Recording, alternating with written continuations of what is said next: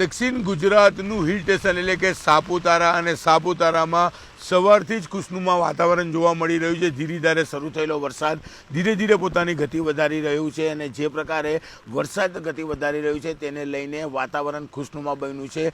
દ્રશ્ય સીધા જોઈ શકાય છે સાપુતારાના કે જ્યાં વાદળો લોકોને મળવાયેલ રસ્તા પર આવી રહ્યા છે અને જે પ્રકારે છેલ્લા એક અઠવાડિયાથી વરસાદ વરસી રહ્યો છે। હિલ સ્ટેશનનો આ વિસ્તાર છે અને આ વાતાવરણમાં પરિવાર સાથે દક્ષિણ ગુજરાતના લોકો પહોંચી રહ્યા છે હિલ સ્ટેશન પર વરસાદની મજા માણવા માટે। દ્રશ્ય સીધા જોઈ શકાય છે કે સતત એક અઠવાડિયાથી આ પ્રકારે વરસાદ વરસી રહ્યો છે। ક્યાંક ધીરી ગતિએ તો ક્યાંક વરસાદ તેની ગતિ વધારી રહ્યું છે અને જે પ્રકારે વાદળો વચ્ચેથી ગાડી પસાર થઈ રહી છે, વાદળો વચ્ચેથી લોકો પસાર થઈ રહ્યા છે। સતત ધીરે ધીરે પડી રહેલો વરસાદને લઈ વાતાવરણ ખુશનુમા તો છે જ, સાથે સાથે જે દ્રશ્યો છે ખૂબ જ રમણીય દ્રશ્ય છે। કહી શકાય કે સાપુતારા એટલે કે દક્ષિણ ગુજરાતનું ધરતી ઉપરનું સ્વર્ગ કહી શકાય તેવો માહોલનું નિર્માણ થયું છે। સતત પડી રહેલા વરસાદને લઈને લોકો અહીંયા પરિવાર સાથે પહોંચી રહ્યા છે। ગુજરાતના મુખ્યમંત્રી બી ખુદ ગઈકાલના અહીંયા પહોંચ્યા છે આ વાતાવરણની મજા લેવા માટે। જો કે વરસાદ વરસી રહ્યો છે અને વરસાદને લઈ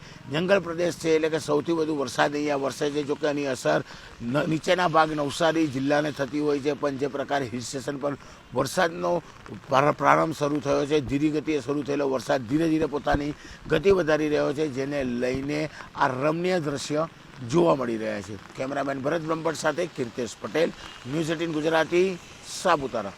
મોડાસા શહેરમાં 2 થી વધુ ઇંચ વરસાદમાં જ પાણી ભરાઈ ગયા છે। દ્રશ્યો બતાવીશ કે મેઘરજ તરફનો જે રસ્તો છે દ્વારકાપુરી વિસ્તારનો, ત્યાં આપ જોઈ શકો છો એક ગાડી ફસાયેલી છે।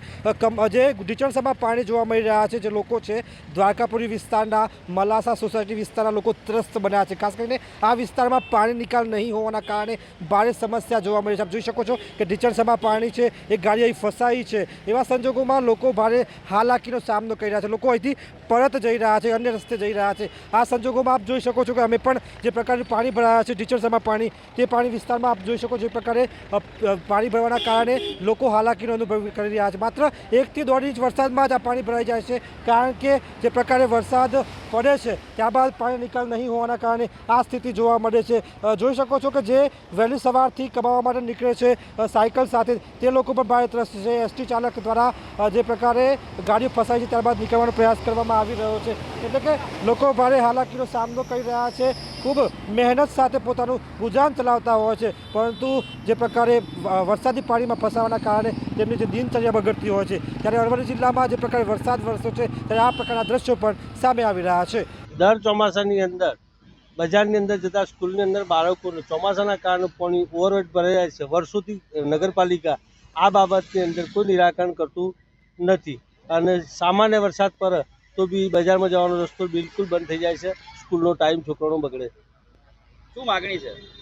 બસ આ ગટર લાઈન વ્યવસ્થિત કરે નગરપાલિકા તો આનો નિકાલ આવે એવું છે। પાણી પર આવવાના કારણે કેવું નુકસાન થતું હોય વાહનો?